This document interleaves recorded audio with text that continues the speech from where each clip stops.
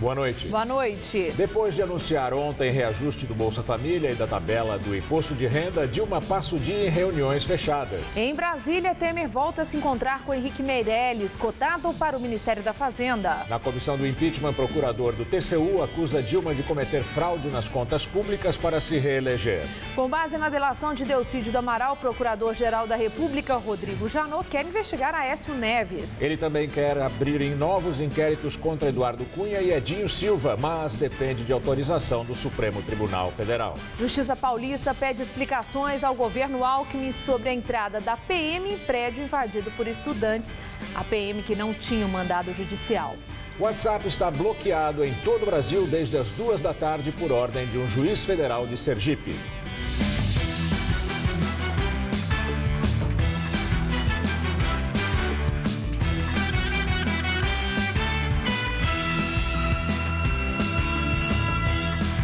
A Comissão Especial do Impeachment no Senado ouve especialistas favoráveis ao afastamento da presidente Dilma Rousseff.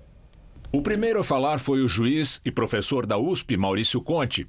Especialista em direito econômico, ele disse que Dilma cometeu crime de responsabilidade ao editar decretos suplementares sem a autorização do Congresso e também nas chamadas pedaladas fiscais. Essas condutas reprováveis praticadas nos últimos anos não podem prevalecer.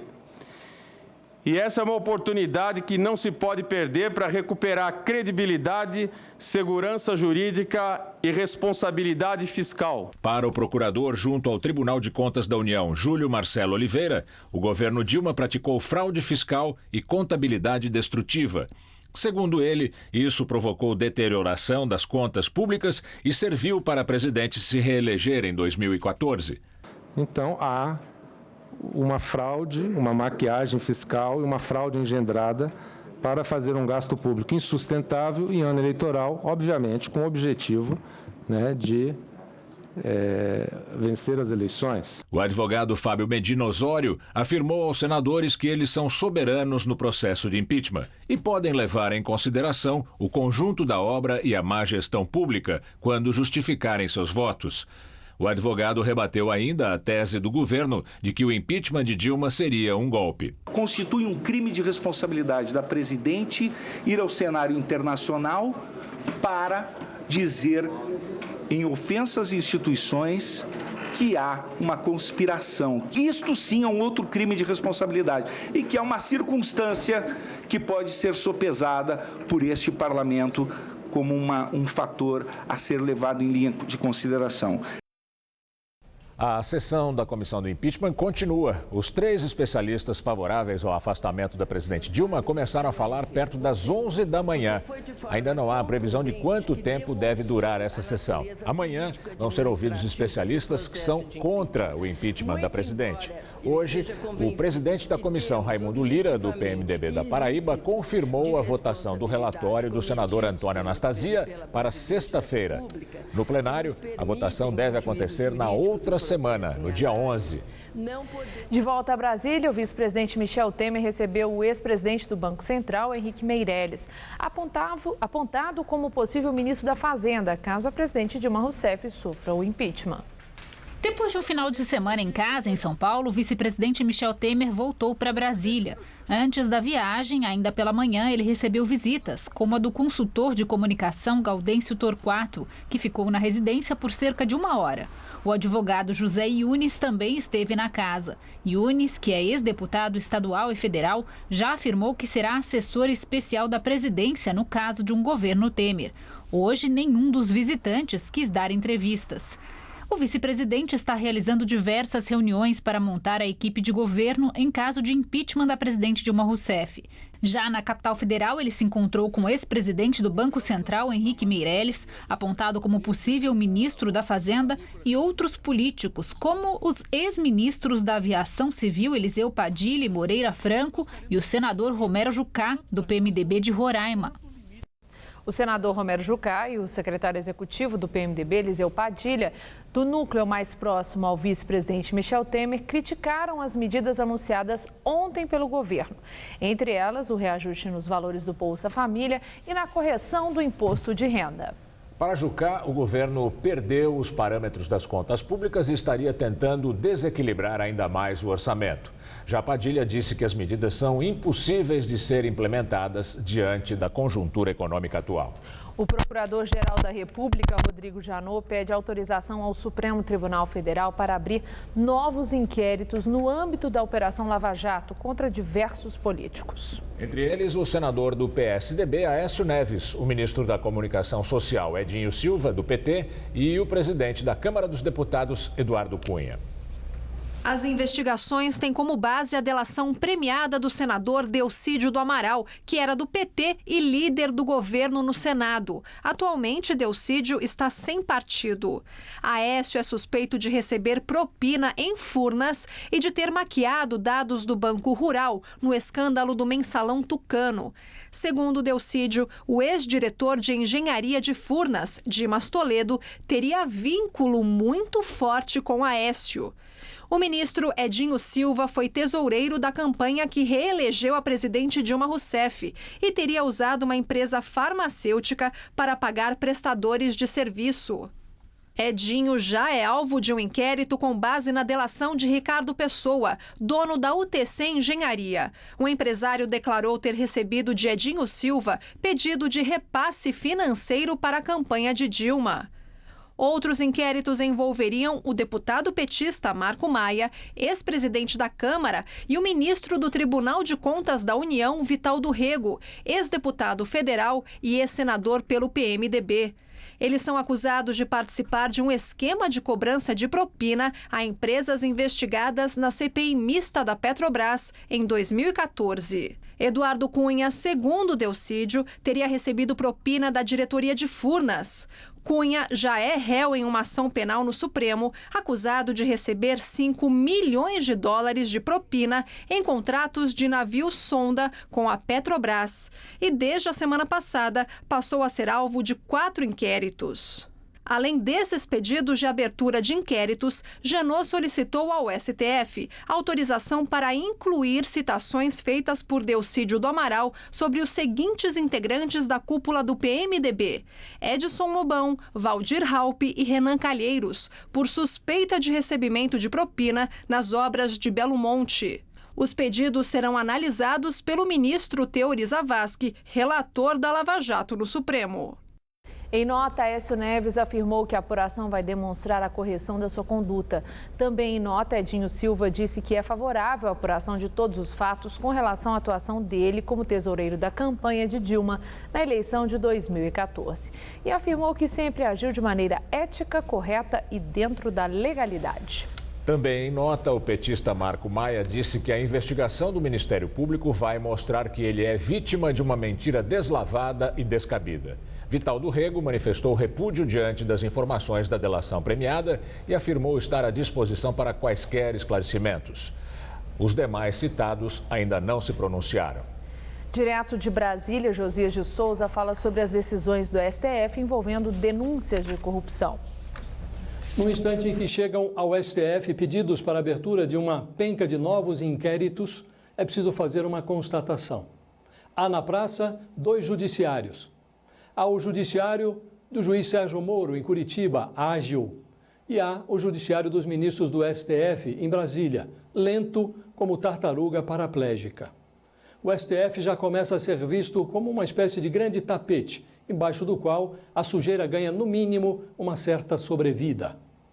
O Supremo sempre foi lento, mas essa lentidão tornou-se mais gritante depois que passou a ser comparada com a agilidade de Sérgio Moro.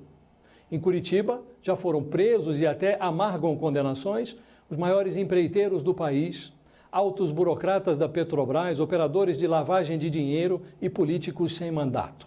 Em Brasília, continuam todos soltos, pior, estão todos operando. Os novos inquéritos envolvem de Aécio Neves, principal líder da oposição, até a cúpula do PMDB. Cunha, Renan, Jader, Jucá, os de sempre. Abrem-se novas frentes sem fechar as antigas. Renan Calheiros foi denunciado há mais de 3 anos num outro escândalo e o STF mantém esta denúncia engavetada. Eduardo Cunha está prestes a virar o segundo homem da República E o Supremo não julga o pedido de afastamento do deputado formulado pela Procuradoria. O problema de um Supremo Tribunal Federal transformado em tapete é que a sujeira não fica quieta embaixo do tapete. A sujeira preside a Câmara, a sujeira comanda o Senado, a sujeira controla a República. Boa noite. O Tribunal de Justiça de São Paulo pediu explicações ao governo Alckmin sobre a entrada da PM num prédio invadido por estudantes sem mandado judicial. Segundo o tribunal, a força tática da PM não tinha o mandado para entrar no imóvel e acabou entrando ilegalmente.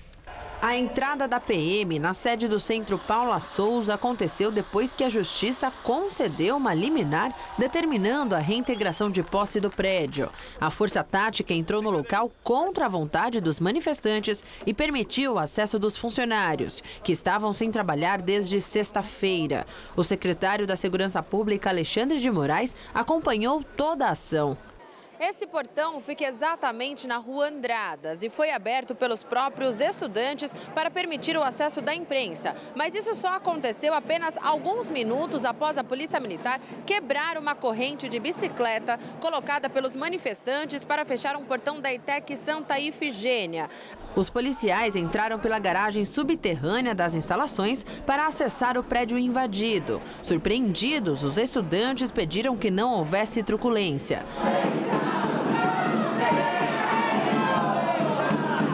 Mesmo com os policiais dentro do prédio, tanto a PM quanto o Centro Paula Souza continuavam dizendo que não se tratava de uma reintegração de posse e que os manifestantes poderiam continuar no local desde que não atrapalhassem as atividades. A situação só foi esclarecida no final da tarde, quando o juiz Luiz Manuel Fonseca Pires, da Central de Mandados do Tribunal de Justiça do Estado, se manifestou dizendo que não houve mandado judicial para o cumprimento da ordem de reintegração de posse. Ele condenou a ação da Polícia Militar e determinou a imediata suspensão de qualquer ato por parte da SSP para ingressar na sede do Centro Paula Souza. Deu ainda 72 horas para que o secretário de Segurança, Alexandre de Moraes, esclareça se foi o responsável por adiantar a entrada da PM, mesmo sem mandado judicial. O Centro Paula Souza é uma autarquia que administra todas as escolas técnicas e também as faculdades de tecnologia do estado de São Paulo. Na quinta-feira, a sede do órgão foi invadida por manifestantes que exigiam merenda em todas as ETECs, mais rigor na investigação da chamada máfia da merenda na Operação Alba Branca e protestavam por melhorias na rede estadual de ensino. Em resposta aos estudantes, o Centro Paula Souza explicou que a partir de hoje, todas as ETECs vão oferecer merenda e que as escolas que não recebiam alimentação serão atendidas em caráter emergencial. A autarquia disse ainda que é inviável atender à reivindicação dos alunos de fornecimento de ticket ou vale alimentação, porque o órgão não dispõe de orçamento para isso. O juiz da Central de Mandados também determinou que o mandado judicial para cumprimento da ordem de reintegração de posse só seja expedido após uma audiência de tentativa de conciliação para evitar um conflito entre policiais militares e os estudantes. A Secretaria Estadual da Segurança Pública confirmou que aguarda o agendamento dessa audiência e disse que hoje a Polícia Militar só agiu para garantir a segurança dos funcionários e professores. Já o Centro Paula Souza disse que agora os funcionários trabalham normalmente em todas as suas unidades. Afirmou também que há alunos instalados na ETEC Paulistano, mas que eles não estão atrapalhando as atividades administrativas. A Secretaria Estadual da Educação disse que a escola Fernão Dias Pais, em Pinheiros, que havia sido invadida no sábado, foi desocupada hoje. Chegou a Havana o primeiro cruzeiro partindo dos Estados Unidos em mais de 50 anos. O navio da empresa americana Carnival atracou no porto de Havana com 700 passageiros a bordo. Na primeira viagem, o navio transportou só um pequeno grupo de cubanos americanos, representantes da companhia marítima. Na semana passada, o governo de Raul Castro levantou as restrições para as viagens marítimas dos cubanos para partidas e chegadas aos Estados Unidos. Por enquanto, os cidadãos americanos precisam de uma série de autorizações para visitar a ilha, porque o fim do embargo americano ainda depende de aprovação do Congresso. O presidente da Venezuela, Nicolás Maduro, anunciou o aumento do salário mínimo e pediu que os cidadãos se revoltem se a oposição conseguir afastá-lo do poder. No comício de 1º de maio em Caracas, Maduro acusou os Estados Unidos de perseguição e pediu que os venezuelanos se revoltem se a oposição o afastar do poder.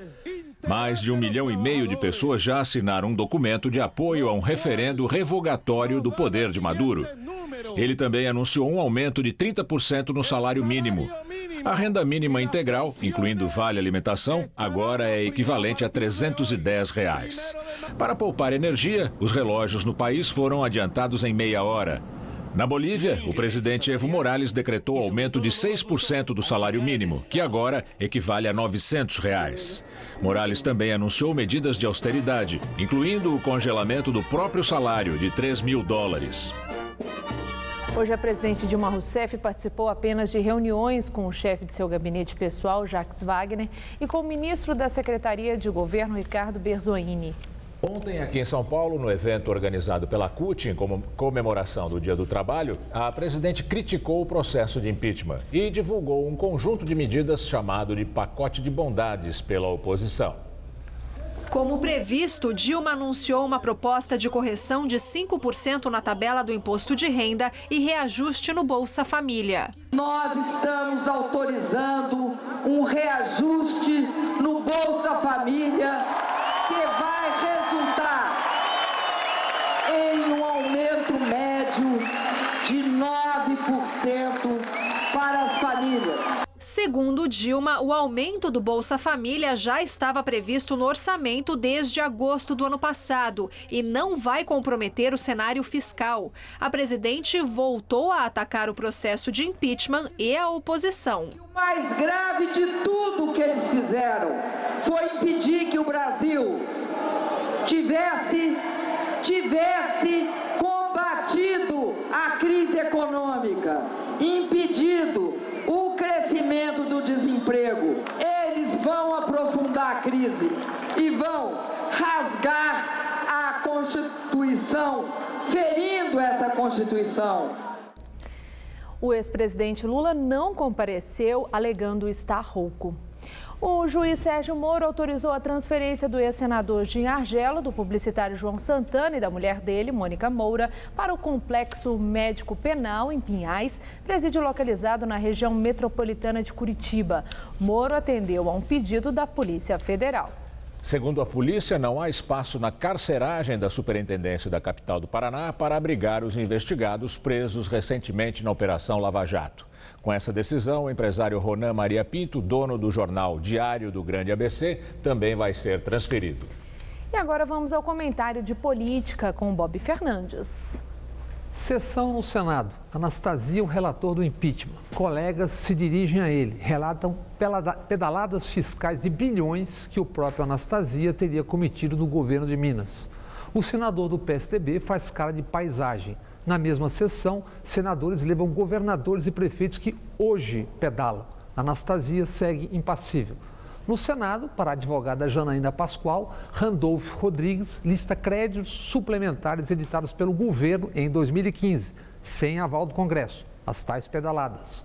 O que Randolfo lê são decretos assinados por Temer. Sem perceber a pegadinha, Janaína diz serem atos tais um desrespeito à lei de responsabilidade fiscal, as tais pedaladas. Tudo isso é teatro. Pouco importam fatos. A decisão de afastar a presidente Dilma por 180 dias para julgá-la já está tomada. E o alvo mesmo sempre foi e será Lula. Eduardo Cunha segue no comando, porque sabe muito e sobre muitos e segue fazendo o que quer. A maioria do plenário havia se manifestado contra a criação das comissões do idoso e da mulher, entendida essa como comissão para retirar direito das mulheres, por elas, deputadas. Enxotada do plenário por Erundina e deputadas, Cunha voltou e na madrugada reverteu o resultado. Na marra, como em tantas vezes no ano em que nas ruas e com vasto silêncio cúmplice, se multiplicavam as faixas "Somos milhões de Cunhas". O ideário de Cunha e do Malafaia, que já benzeu Temer, se espalha, se concretiza. A Assembleia de Alagoas aprovou. Professores estão proibidos de falar sobre temas ideológicos, religiosos ou morais em sala de aula. Por exemplo, ensinar Darwin e a evolução das espécies, contestar a história de Adão e Eva, abordar Freud e a sexualidade, terá como pena suspensão ou demissão do serviço público. Na Câmara, a Cunholândia ou Cunhistão, 3 projetos propõem leis de teor semelhante. Nas assembleias de São Paulo, Rio de Janeiro, Rio Grande do Sul, Goiás e Distrito Federal, projetos de lei no mesmo caminho. Enquanto, recheado de farsas, segue o teatro do impeachment, neopentecostais talibãs avançam. Boa noite. Por determinação de um juiz de Sergipe, o WhatsApp, que tem mais de 100 milhões de usuários no Brasil, foi bloqueado em todo o país às 2 horas da tarde. Mas muitos ainda conseguiram utilizar o serviço por meio do Wi-Fi. A empresa que administra o aplicativo aqui no Brasil afirma que já cooperou com tudo o que podia com os tribunais brasileiros e que está se sentindo obrigada a entregar informações que não tem. O bloqueio no início da tarde, para muitos, foi surpresa. Realmente pegou todo mundo desprevenido, né? Para você prejudica isso? Eu uso para trabalho, né? Então realmente prejudica, né? Não dá para suspender sem o julgamento de mérito, né? A avaliação do mérito. Só falar, resolvemos suspender e depois vamos ver o que faz, o que aconteceu, o que houve, né? Ulisses, que recebe turistas e fecha negócios pelo aplicativo, diz que pode perder dinheiro. É uma fonte dos meus negócios, né? Hoje em dia a gente não simplesmente usa só e-mail, a gente tem uma necessidade de falar rapidamente com as outras pessoas, a gente fala por WhatsApp, né? Pode perder trabalhos, então. Com certeza, vai ser uma perda muito grande para mim.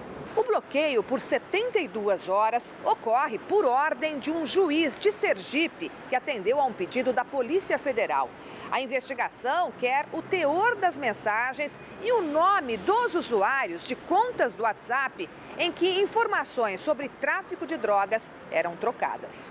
A recusa por parte do aplicativo já havia resultado na prisão preventiva em março de Diego Zodan, vice-presidente do Facebook, empresa que é dona do WhatsApp. Em dezembro do ano passado, o aplicativo já tinha ficado fora do ar durante 12 horas por ordem da Justiça de São Paulo, também porque não colaborou com uma investigação criminal. Em nota divulgada hoje, o WhatsApp diz que a decisão judicial pune mais de 100 milhões de usuários brasileiros e afirma que não tem as informações que a polícia quer. Não sei do que aconteceu, mas pode ser também alguma coisa das empresas de comunicação para forçar a gente a usar mensagem, usar os meios de comunicação mais antigos, no caso. E pagos, no caso. E pagos, exatamente. Tem o Skype, Facebook, tem outras alternativas além do WhatsApp. Tudo bem, nós vivemos 45 mil anos sem WhatsApp, 3 dias não vai matar ninguém. Tá tudo certo, eu acho. Mas pode trazer imensos prejuízos, é o que pensa a Ana, que estava à espera de uma mensagem sobre um assunto para ela muito importante. Paquera. Então ele pode até desistir, né, se demorar muito? Né, então, 3 dias, pelo amor, né? A balança comercial registrou mais um recorde no mês de abril. O superávit foi de 4 bilhões e 800 milhões de dólares, o maior para o mês desde 1989, ano que marca o início da série histórica. O saldo foi influenciado principalmente pela queda brusca das importações. E agora vamos ao comentário de economia com Denise Campos de Toledo. Esse superávit da balança comercial é positivo para as contas externas, mas não dá mesmo para comemorar muito, porque o resultado vem principalmente da queda das importações. As exportações ainda não reagiram a ponto de ter impacto na atividade industrial, tanto que se prevê um recuo de quase 6% na produção este ano. As importações caíram 28,3% em abril sobre abril do ano passado, enquanto as exportações cresceram 1,4%, com avanço mais de produtos básicos favorecidos pela alta de preços do exterior.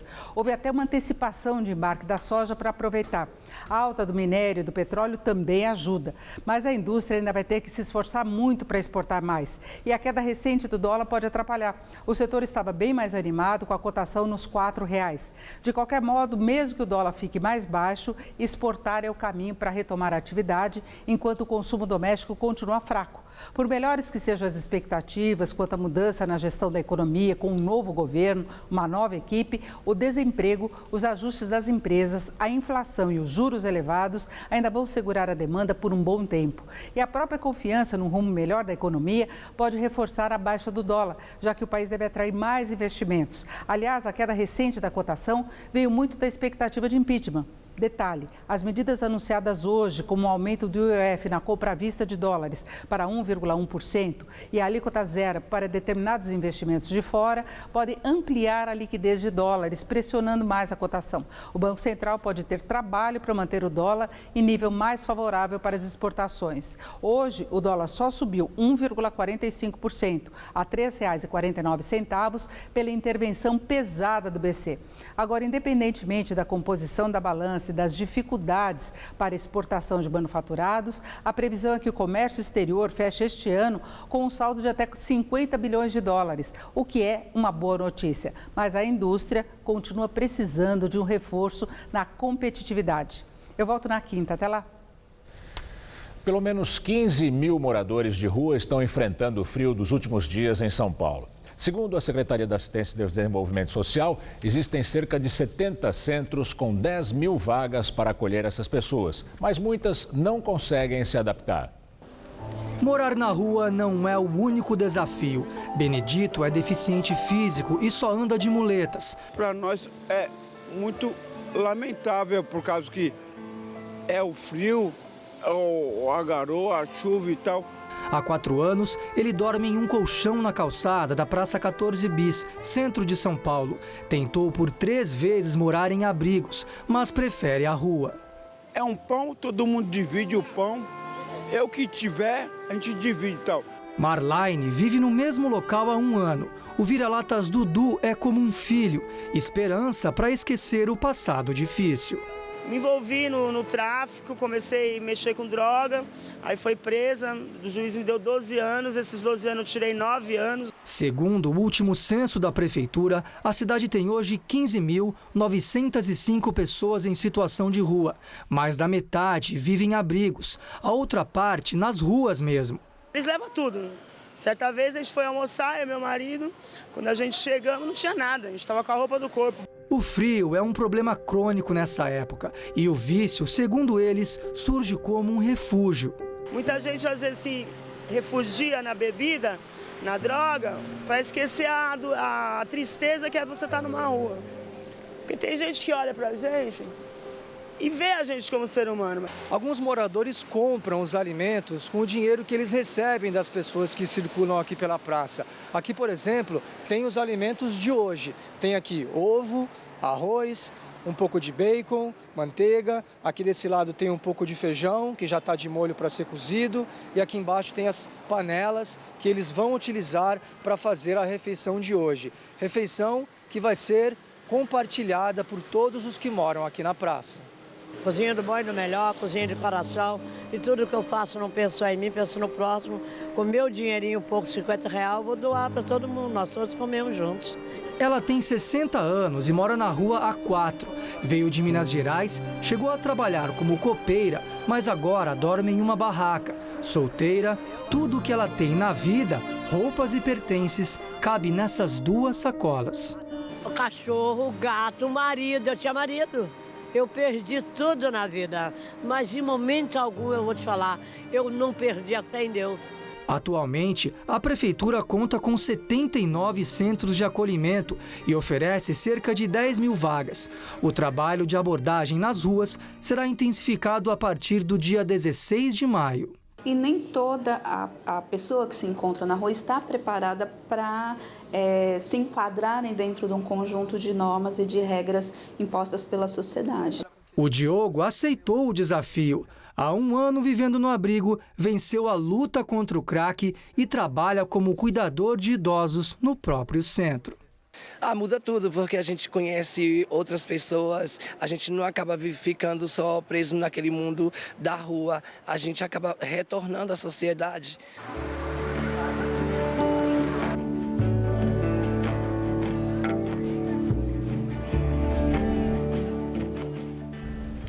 O relator da Operação Lava Jato no Supremo Tribunal Federal, o ministro Teori Zavascki, mandou para o juiz Sérgio Moro, no Paraná, parte da delação do senador Delcídio do Amaral sobre propinas supostamente pagas pela empreiteira OAS durante o governo Fernando Henrique Cardoso entre 1999 e 2001.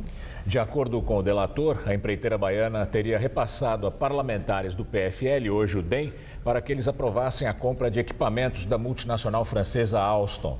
Segundo Delcídio, a empreiteira teria pago cerca de 10 milhões de dólares aos políticos do então PFL. Caberá agora a Moro decidir se prossegue com essa investigação que está com ele, porque não envolve nenhum suspeito com foro privilegiado. Na entrevista do dia com Maria Lídia Flandoli, as expectativas das grandes centrais sindicais diante do possível afastamento da presidente Dilma.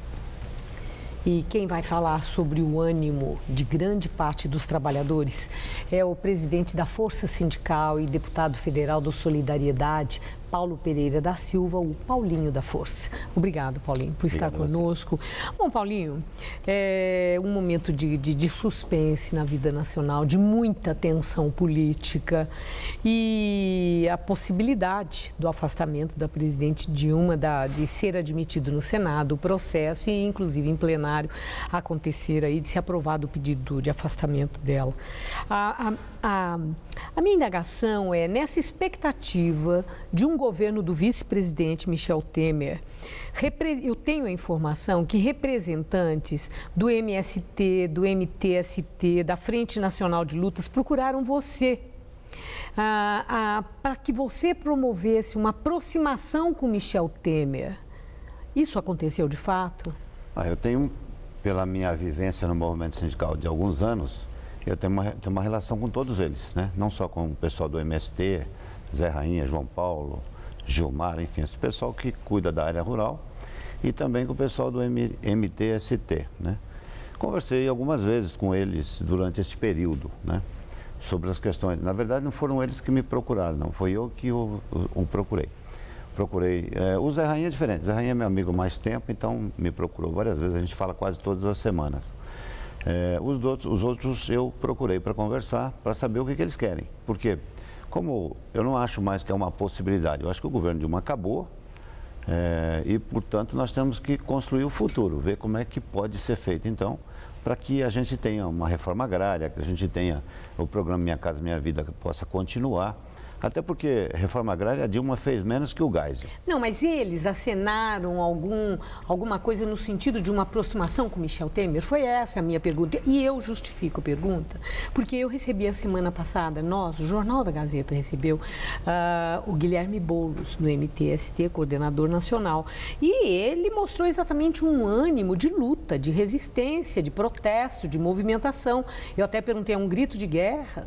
Né? Não, e é isso mesmo, porque entende que eles, dos movimentos sociais, entendem que esse processo de impeachment é um golpe. Então, eu me surpreendi com a informação de que estaria havendo uma interlocução sua com esses movimentos para uma aproximação com Temer. E eu quero saber se existe um ânimo de entendimento, se você chegou a ver isso. Não, tenho conversado, como eu disse a você. Não significa que eles não vão parar de lutar, até porque faz parte da luta deles. Mas não é por reforma agrária, é contra Temer, contra o futuro governo. Eu acho que, independente de Temer ou não, o Temer vai ser o presidente da República. Eles querem continuar o programa Minha Casa Minha Vida, digamos assim, né? O MST quer fazer reforma agrária, coisa que não vem acontecendo no governo Dilma. Então, é isso que eu estou tratando, de conversar com eles e conversar com o Michel Temer para saber se é possível fazer esse papel. Temer pediu isso para você? O Temer me pediu. Ele pediu claramente isso para você ser o interlocutor com movimentos sociais? Me pediu para que eu pudesse falar com essas pessoas, até pela relação que eu tenho. Eu procurei cada uma dessas pessoas e conversei um pouco desta possibilidade. Assim que o Michel assumir, de poder conversar com eles, o programa que eles têm, as reivindicações dos movimentos, para poder ver a possibilidade de atender. O Michel, por exemplo, aquela questão da Bolsa Família, ele deixou claro que ele não ia mexer com o Bolsa Família, ia manter o programa Bolsa Família. E poderia até dar aumentos. Foi uma discussão que eu tive com ele. Só que dentro de um programa, né? Ou seja, o Bolsa Família, você sabe que foi distribuído à vontade, né? Tem cidade que tem mais Bolsa Família do que morador. E era preciso fazer um recadastramento. Então, a ideia que a gente tinha discutido com o presidente Michel Temer, futuro presidente, era de fazer um recadastramento do Bolsa Família e aí sim dar aumento. O que a Dilma fez? Deu aumento adiantado exatamente para impedir que isso aconteça. Por esse apoio todo a Michel Temer, o Solidariedade pediu o Ministério? Quer participar diretamente do governo? Não, diferente de outros partidos, o Solidariedade e como os partidos de oposição, até recentemente não vinha discutindo sobre a questão de cargo, né? Hoje é quase que natural os partidos que ajudaram tirar a Dilma assumir e ajudar o novo governo. E o Solidariedade vai ter Nós não ministério? pedimos cargos ainda ao Michel. Esperam que ele ofereça? Esperamos que sim, esperamos que ele possa oferecer. Qual ministério, Paulinho? Eu não sei, é difícil dizer qual ministério. Tem que ver o que ele imagina que o Solidariedade poderá ajudá-lo. Eu acho difícil não ser na área do trabalho, na área do campo, ou seja, o Ministério do Desenvolvimento Agrário, o Ministério do Trabalho, enfim. Acho que deve ser por aí. Certo. Agora, a Força Sindical, a Nova Central, a CSB e IGT, vocês entregaram uma carta com reivindicações para Michel Temer. E eu vi que entre as reivindicações, vocês não querem que direitos trabalhistas, conquistas, sejam mexidas. E isso envolve, certamente, reforma da Previdência Social, reforma trabalhista, coisa que os aliados de Temer e ele próprio já assinaram como sendo uma necessidade para o país. Você acredita que, sem mexer nessas conquistas, Michel Temer vai conseguir promover reforma da Previdência e a reforma trabalhista? Não, primeiro que eu acho que o maior problema do Michel Temer é a economia. Se ele não resolver a economia, ele não resolve mais nada, né? Então, eu acho que todo o empenho do governo tem que ser para resolver a economia, fazer o Brasil voltar a crescer, desenvolver e ter empregos. E acho que as outras questões são menores. Por exemplo, o que eu fui explicar para ele, dizem hoje, vamos acabar com a política do salário mínimo. Eu disse, para que você acabar com a política do salário mínimo se ela na prática já não existe? Porque qual é a política do salário mínimo? Aumento de PIB de 2 anos anterior com a inflação do ano anterior. Portanto, quanto será o aumento de 2017? 0, porque o PIB foi 3 abaixo de 0. Quanto será o PIB de 2018, que é o último ano do teu governo? Será também 0. Então, portanto, não terá aumento. Então, por que Mas você na Previdência, é isso que eu perguntei. Vocês aceitam, né? Na o estabelecimento de um outro limite de idade de 65 anos para homens e mulheres? De jeito nenhum. De jeito nenhum. Por quê? Porque não é aí que está o problema, Maria Lídia. Deixa eu te explicar. Quer dizer, já tem uma divergência, então, de vocês com ele. Não é que tem divergência, não, até porque ele concorda com o que eu estou falando. A lei da Previdência que está em vigor, aprovada pela presidente Dilma, ela vai levar em 2021 a uma idade de 100 e 90. 90 anos para as mulheres, 100 para os homens, envolvendo aí tempo de trabalho e tempo de contribuição. Ou seja, ninguém se aposentará mais com menos de 60 anos de idade, com essa lei que está em vigor. Então tem que fazer conta, o que eu disse ao Michel, você tem que fazer conta. E depois também estive com o Henrique Meirelles e falei isso. Você tem que fazer conta para verificar se é preciso entrar num desgaste dele. Você é amigo de Michel Temer? Você falou Michel, assim... Ele foi presidente, ele foi meu presidente durante dois mandatos, né? Ele foi presidente da Câmara por algum tempo e eu fui deputado federal com ele. Então tem essa amizade, é uma coisa de amizade. Tem uma relação antiga com ele ali, de amizade. Bom, o nosso tempo está chegando ao fim, mas eu não posso deixar de tocar no assunto com você. Você é apontado como o mais fiel aliado do presidente da Câmara, Eduardo Cunha. Esse homem que é aí tão polêmico, com denúncias tão graves de corrupção, lavagem de dinheiro, uma coisa horrorosa. E tanto que foram aceitas essas denúncias pelo Supremo Tribunal, onde ele é réu. Paulinho, a minha pergunta é essa. Não é temerário, assim, essa grande amizade sua com o Eduardo Cunha, essa lealdade? O ditado popular diz que lama respinga. Você não tem receio que as urnas te deem uma resposta negativa por essa lealdade sua com esse homem? Eu tenho uma relação de dentro da Câmara, de um grupo de deputados que participa desse grupo e que vem, de certa maneira, tocando os trabalhos na Câmara nos últimos 4 ou 5 anos. Mas se é indiferente a todas essas denúncias contra ele e o que veio da Suíça, tudo isso que são indicadores tão robustos? Fazia parte desse grupo, então, o Eduardo Cunha, que virou presidente da Câmara e continua presidente da Câmara. As denúncias contra ele têm que ser investigadas e têm que ser julgadas. Ele é réu no Supremo. Então, ele é réu no Supremo, os processos dele estão no Supremo e tem o Conselho de Ética funcionando. As atrapalhadas do Conselho de Ética, muitas vezes, é feita pelo presidente do Conselho de Ética, exatamente para voltar e continuar com ele lá na presidência. E por isso que o processo vai e volta. Então, o que deveria ter sido feito é que o Conselho de Ética deveria ter seguido o rito da casa, seguido todos os trâmites para não dar essa confusão que deu. Você é contra a cassação dele? Neste momento, ele está no Conselho de Ética, eu não sou do Conselho de Ética, isso vai para o plenário. Sim, mas você é um deputado, você é contra a cassação ou a favor da cassação de Eduardo Cunha? Eu acho que se for para o plenário, eu vou votar com ele. A favor dele? Contra a cassação dele? Contra a cassação dele. Você não tem medo que os 77% dos brasileiros querem a cassação dele cobrem isso de você? Eu acho que os brasileiros hoje sabem que sem ele não teria tirado a Dilma. E todo mundo sabe que a Dilma que é o grande mal do Brasil. E ele foi muito importante para tirar a Dilma. É lógico que lá na frente ele vai ser julgado. E aí sim a gente vai ver na frente. Muito obrigada, Paulinho. Obrigado a você. Uma boa noite. Boa noite. Gamberini. Você vai ver a seguir: a queda de um helicóptero mata 2 pessoas em Cubatão. E os gols da final do Paulistão. Audax e Santos empatam no primeiro jogo decisivo. O trabalho do governo do estado segue em frente na região metropolitana de São Paulo. Aqui no Grande ABC foram entregues mais de 1.300 casas em apenas um ano. E outras 2.100 estão sendo construídas. O poupa-tempo de Mauá já está pronto. O ABC passa a contar agora com 4 unidades do serviço de alta qualidade. E o trecho leste do Rodoanel ajudou a melhorar o trânsito da região. Na área de saúde, o governo segue trabalhando no ABC. Investiu na construção, ampliação e compra de novos equipamentos para hospitais municipais. Diadema vai ganhar uma unidade da rede de reabilitação Luci Montoro. O AME de Mauá virou AME+. Passou a fazer atendimento cirúrgico também. E o Hospital Mário Covas foi ampliado e modernizado. Investimentos no Grande ABC.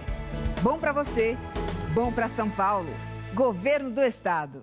Qual Casper você é? A minha Casper é informação. A minha Casper é organização. A minha Casper é criação. A minha Casper é luz, câmera, ação.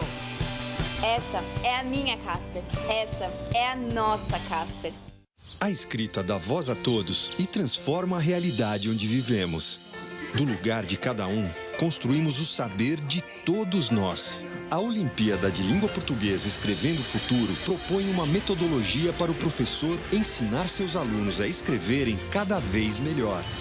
Professor de escola pública, inscreva-se e utilize a coleção da Olimpíada para tornar suas aulas mais interessantes. Uma pátria educadora se faz com educação de qualidade. Já reparou que dá para fazer quase tudo pelo computador, pelo celular, né? Então, por que não usar a tecnologia para melhorar os serviços públicos? O governo do estado de São Paulo está fazendo isso. Convocou jovens empreendedores para trazer soluções de inovação nas áreas de educação, saúde e facilidades ao cidadão. Centenas de propostas foram enviadas. 12 empresas já se preparam para colocar em prática as soluções aprovadas. A empresa do Eduardo, por exemplo, tem uma plataforma que une em segundos clientes e profissionais. Um cliente fala o que ele quer, um pedreiro, uma manicure, uma costureira, e a gente envia esse pedido do cliente para os profissionais que entram em contato e fecham o negócio. Com o convênio, os profissionais formados pelos cursos do Fundo Social de Solidariedade vão ser cadastrados na plataforma. É mais fácil eu estar no aplicativo do que sair de pote em pote entregando currículo. Inovação, bom para você, bom para São Paulo. Governo do Estado.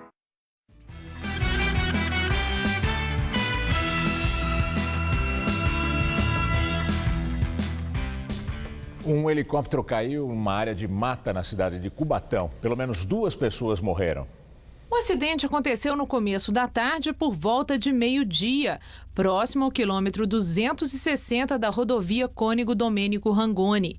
De acordo com testemunhas e também com o Corpo de Bombeiros, o helicóptero estava voando baixo e antes de cair atingiu a rede elétrica. As equipes de resgate acreditam que o piloto não viu a fiação por causa do sol.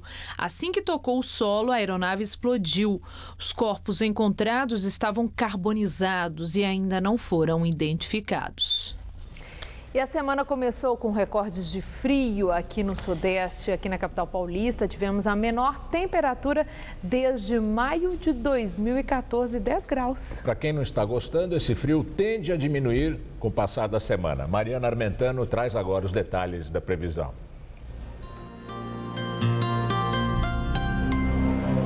Boa parte do país terá uma terça-feira de tempo firme sem nenhuma gota de chuva. E como a grande massa de ar seco de origem polar já está em aquecimento, o dia até começa friozinho no sul, no sudeste e também no centro-oeste. Mas à tarde, com o tempo bem ensolarado, as temperaturas sobem e chega até a fazer calor. Na faixa leste da Bahia, onde temos essa areia azul, o tempo fica fechado com chuvas volumosas a qualquer hora por causa de uma frente fria atuando na região. E continua a chover forte, agora por causa do tempo abafado, ainda no oeste do Pará, em Roraima e também no norte do Amazonas.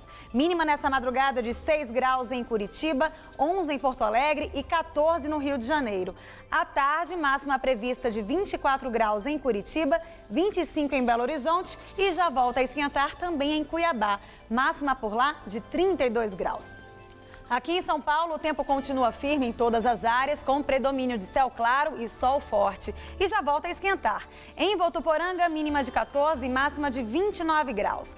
Faz até 27 nas cidades de Ribeirão Preto, Araraquara e São José do Rio Preto. No litoral, temperaturas entre 15 e 26 graus em Caraguatatuba. Vamos ver como ficam os próximos dias aqui na capital?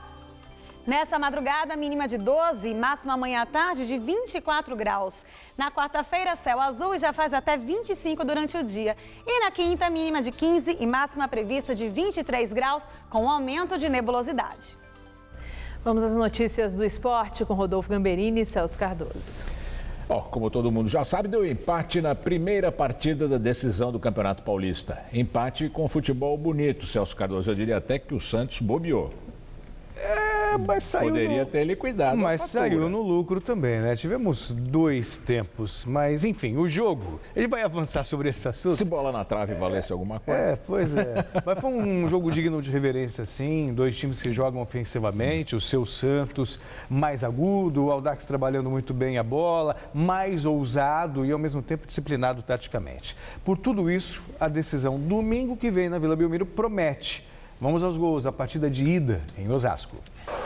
O primeiro gol do jogo em Osasco foi marcado pelo Audax. Camacho lançou o Tietê, que tocou para Mike. Ele se livrou da marcação e fez um golaço. 1-0 Audax. O empate do Santos surgiu aos 34 minutos do segundo tempo.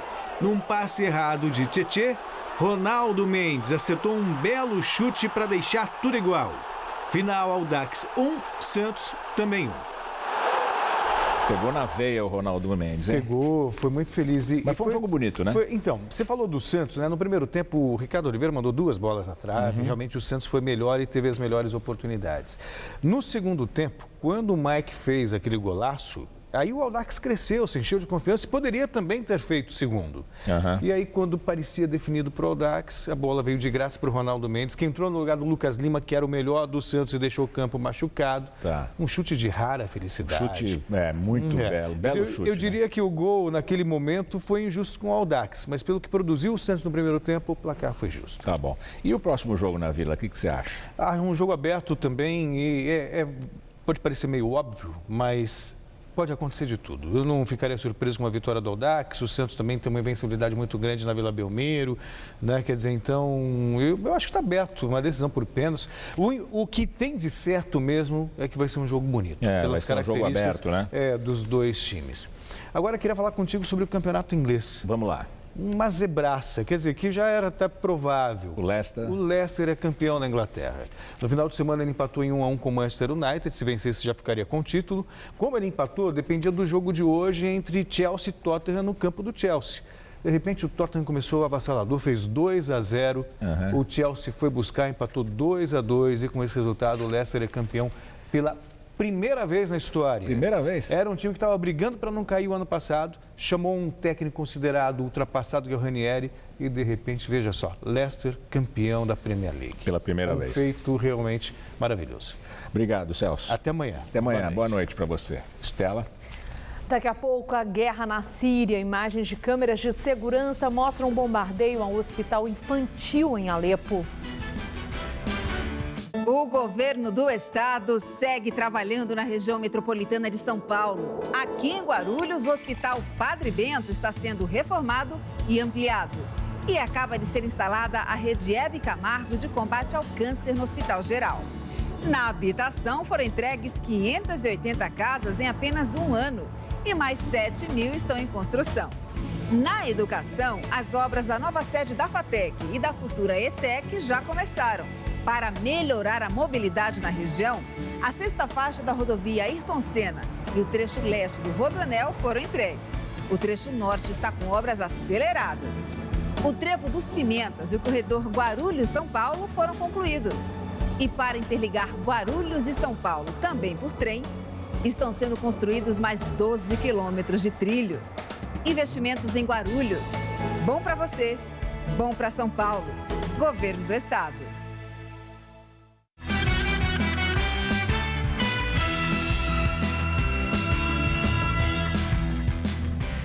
Um passeio turístico feito nos trens da CPTM remete os paulistanos a um outro tempo, a uma viagem ao espaço. Nossa equipe embarcou no Expresso Turístico e mostra que o passeio encanta pessoas de todas as idades. 8h30 da manhã, já estamos na Estação da Luz e o trem está pronto para a partida. Vamos fazer uma viagem no tempo, a bordo do Expresso Turístico da CPTM. Nosso destino, Jundiaí, no interior de São Paulo. Esta foi a primeira ferrovia do estado, a São Paulo Railway, criada em 1867 para levar o café produzido no interior para o Porto de Santos. No início, ela servia apenas para o transporte de cargas. Mas a partir de 1920, ela passou a transportar também passageiros. E é um trechinho desta viagem que a gente vai reviver agora. A locomotiva de 1952 é operada por maquinistas experientes. Seu Gilberto tem mais de 18 anos de profissão e está atento a tudo. Tem que ter atenção com tudo, né? Com o pessoal que está dentro da locomotiva, que está dentro do vagão, com equipamento em geral, os pontos de freagem, as condições das vias, até se possível ter algum objeto entre vias. A atenção é total, a adrenalina total. Logo, a imagem que estamos acostumados a ver diariamente dos prédios e casas da cidade grande vai dando lugar a outras paisagens. Você entra num vagão desse assim que, nossa, você nem sabia que existia. E o pessoal todo alegre, você vê um pessoal todo, curtindo, as criançadas. Então tá sendo muito bom. A gente está na expectativa para ver também como vai ser o final da viagem. E é muito interessante também. Quando faz esse som, assim, porque é aquela sensação de que voltou no tempo literalmente. Eu me lembro quando era menina de lindos passeios que nós fazíamos pelo interior inteiro do estado de São Paulo, que era rico em malha ferroviária, e até pelo Brasil. As estações vão ficando para trás e o verde da natureza toma conta. Pelo caminho, cruzamos também com outros trens que nos fazem lembrar que a rotina não para. E tudo fica mesmo diferente numa viagem assim. Até passar pela escuridão de um túnel se transforma numa boa aventura.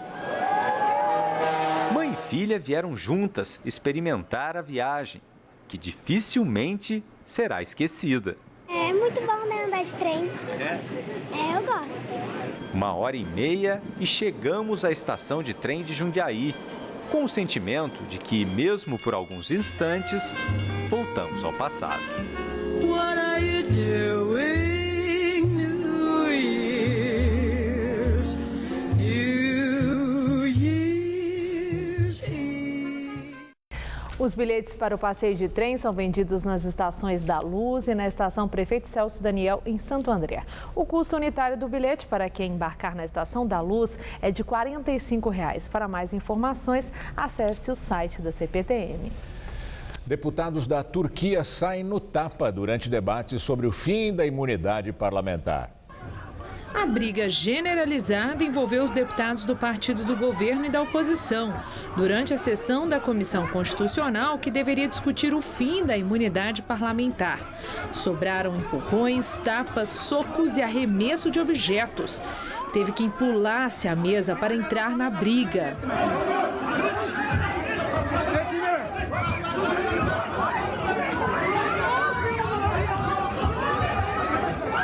para escapar dos socos e pontapés.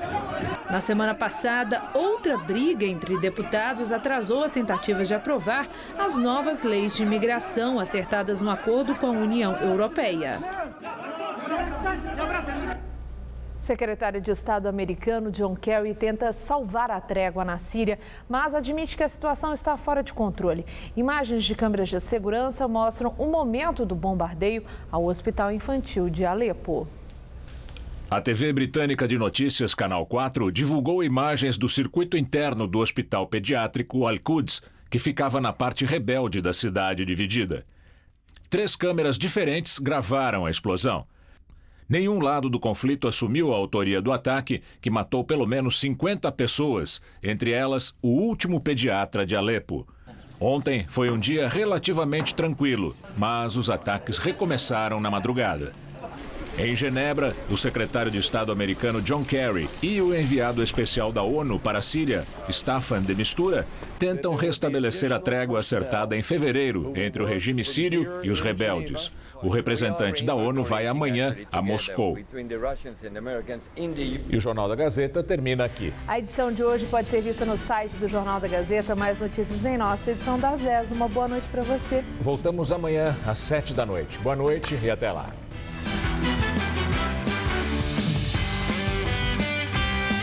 Hoje, 11 da noite, Rony Fon recebe a Itgel Júlia Petino Todo Seu.